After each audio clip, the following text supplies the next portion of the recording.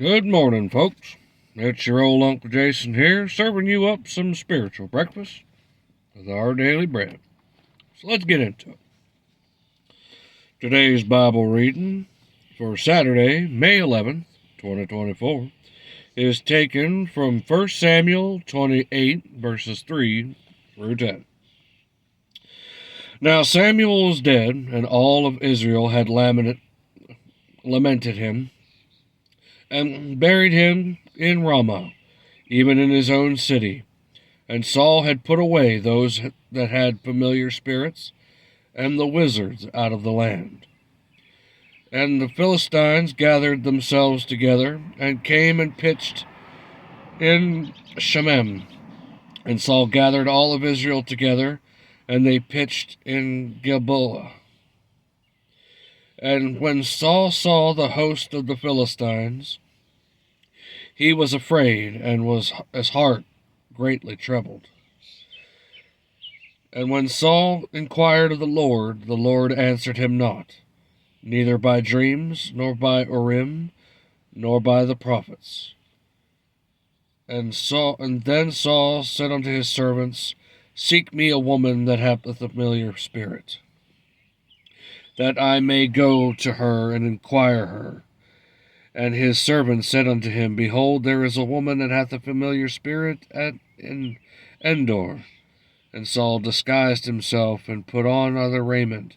And he went, and 2 men with him, that they came to the woman by night. And he said, I pray thee, divine unto me by the familiar spirit, and bring him up, whom I shall call name unto thee. And the woman said unto him, Behold, thou knowest what Saul hath done, how he hath cut off those that have familiar spirits, and the wizards out of the land. Wherefore then layest thou a snare for my life, to cause me to die? And Saul sware to her by the Lord, saying, As the Lord liveth, there shall be no punishment happen to thee for this thing. Gotta tell you, folks, that's some heavy word. May not seem like it, but we'll explain a little bit in a bit. Staying the Course in Christ is the article, and it is written by Tom Felton. As Gandalf the Grey confronted Saruman the White, it became clear that the latter had turned from what he was supposed to be doing, helping to protect Middle-earth from the power of the evil being Sauron. What's more, Saruman had allied with Sauron. In this scene from the film The Fellowship of the Ring, based on J.R.R. Tolkien's classic work, the 2 former friends then engaged in an epic good versus evil battle. If only Sauron had stayed the course and done what he knew was right. King Saul also had trouble staying the course. In one account, he rightly expelled the mediums and spiritists from Israel. A good move for God that had declared that dabbling in the occult was detestable. Deuteronomy 18, verses 9 through 12. But when God didn't answer the king's plea due to his prior failures for how to deal with a massive Philistine army, Saul caved, Find me a woman who is a medium, so I may go and inquire of her. Talk about a complete reversal. Saul failed once more as he went against his own decree, what he knew was right. A millennium later, Jesus said to his disciples, All you need to do is simply say yes or no. Apply anything beyond this comes from evil. In other words, if we're committed ourselves to obeying Christ, it's vital that we keep our oaths and be truthful. Let's stay the course and do those things that God helps us. Now, the reason why today's Bible reading is significant, if you haven't figured it out already. Saul already knew what to do. Though it doesn't say it in there, the entire context of the chapter, he was already given instructions on what to do, when to do it, and how.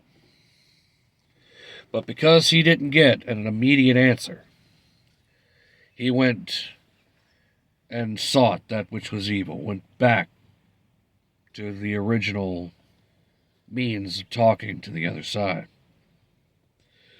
Now, I know a lot of folks will have their opinions about this, but the reason why God warned us against the occult is because you're dealing with forces that you have no business dealing with. Satanists, all manner of soothsayers, dealings with the astronomies and all this other happy nonsense that goes against any teaching of God.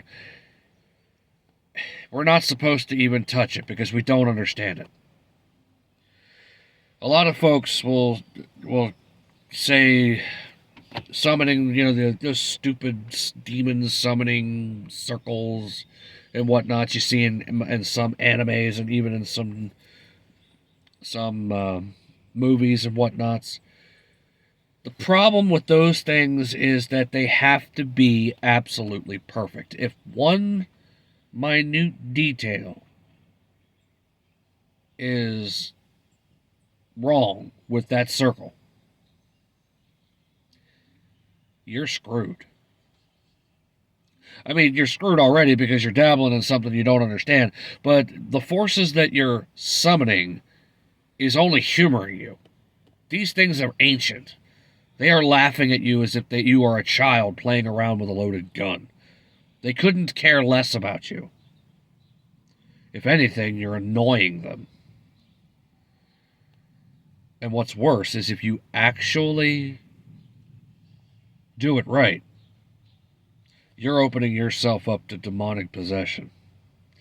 And then you are completely SOL, because how many alive today actually know how to expel a demon of that caliber? Think about that. Christ himself said, this one only comes out through fasting and prayer. How many of us believers know how to do it? How many of us believers fast and pray often? How many of us have actually encountered something like that? I'm here to tell you, folks, that's how real this is. A lot of it, and we are told that this life that we have, no matter how hard it is, it's relatively easy. We don't have to deal with the stuff that we used to. Most of it's all up here.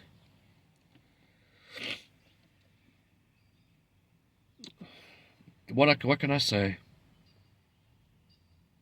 I could tell you a lot more that we get ourselves into, but I think that might be a lesson for another video. I paused to think about it because I would have gone into it a little bit more, but I'll show you a few of the symbols of the occult that we've left in our lives. Teach you the symbols to watch out for and keep away from. Because if you have those symbols in your home, you're bringing down a curse on your life.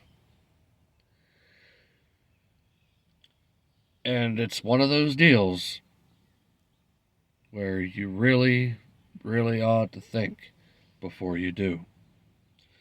Because we only get one shot at this, folks. This is it. Work out your own salvation with fear and trembling. The word is a light unto my feet and a lamp unto my path, vice versa. Reverse that.